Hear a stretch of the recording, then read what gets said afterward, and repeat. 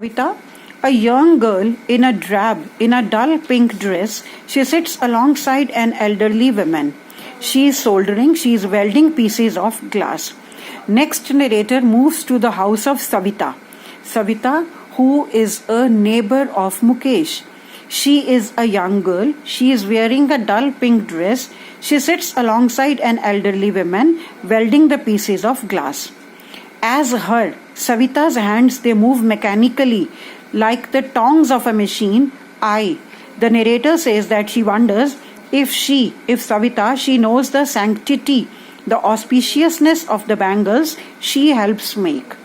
So when narrator, she observes Savita making the bangles very fast like a machine, she wonders if Savita knows anything about the auspiciousness of the bangles that she is helping in making.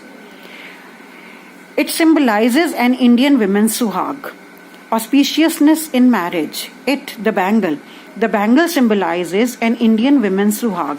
They are very auspicious in the marriage.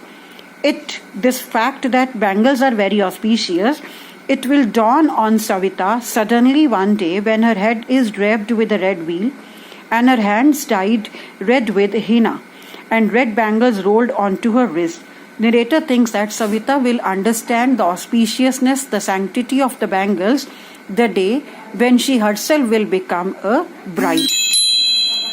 She will then become a bride like the old women beside her who became a bride many years ago.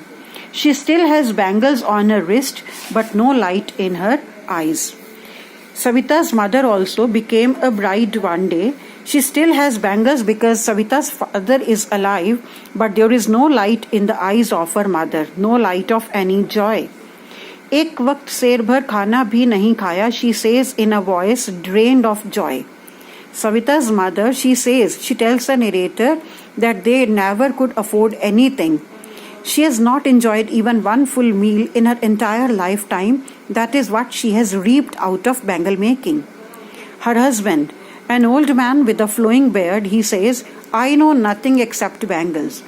All I have done is make a house for the family to live in. Savita's father also says that I know nothing except making the bangles. All I could manage in my lifetime is that I have made a house for the family. Hearing him, one wonders if he has achieved what many have failed in their lifetime. He has a roof over his head. The cry of not having money to do anything except carry on the business of making bangles, not even enough to eat, it rings in every home.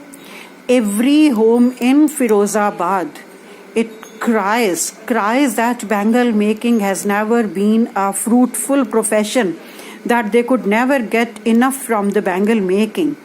The young men echo the lament of their elders. The young men also make the same grief, the same complaint that their elders had made. The elders' complaint is that bangle making was never fruitful, and similar is the complaint of young men of Firozabad. Little has moved with time, it seems, in Firozabad. Years of mind-numbing toil. Toil is labor. It has killed all their initiative and the ability to dream. These people, these bangle makers, have worked so hard that years of this hard labor, it has killed all their initiative. It has killed their ability to dream, to do something new. Why not organize yourselves into a cooperative? I ask a group of young men who have fallen into the vicious circle of middlemen who trapped their fathers and forefathers. So the narrator asks a group of young men, why don't they organize themselves into a cooperative? These young men, they too have fallen into the vicious, evil circle of middlemen, the middlemen who trapped their fathers and forefathers.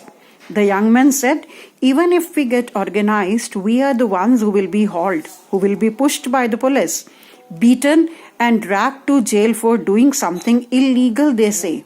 The young men say that even if they try to organize themselves into a cooperative, they'll be punished by the police in the name of doing something illegal.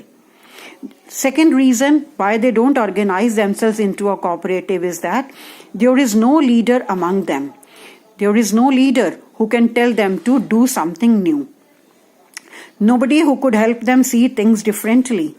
Their fathers are as tired as they are. They talk endlessly in a spiral that moves from poverty to apathy to greed and to injustice. These young people, they move in a spiral. See, a spiral is like this, only this is a spiral. They move. They begin in poverty. Then they become the victims of greed and they get the apathy. That is indifference from everybody around them. The government, the policemen, the bureaucrats, everybody shows them apathy. They are indifferent to their problems.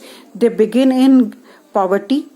Then they become the victims of greed of the middlemen, the sahukar, moneylenders and everybody. And then they get apathy, they get indifference from the world around them.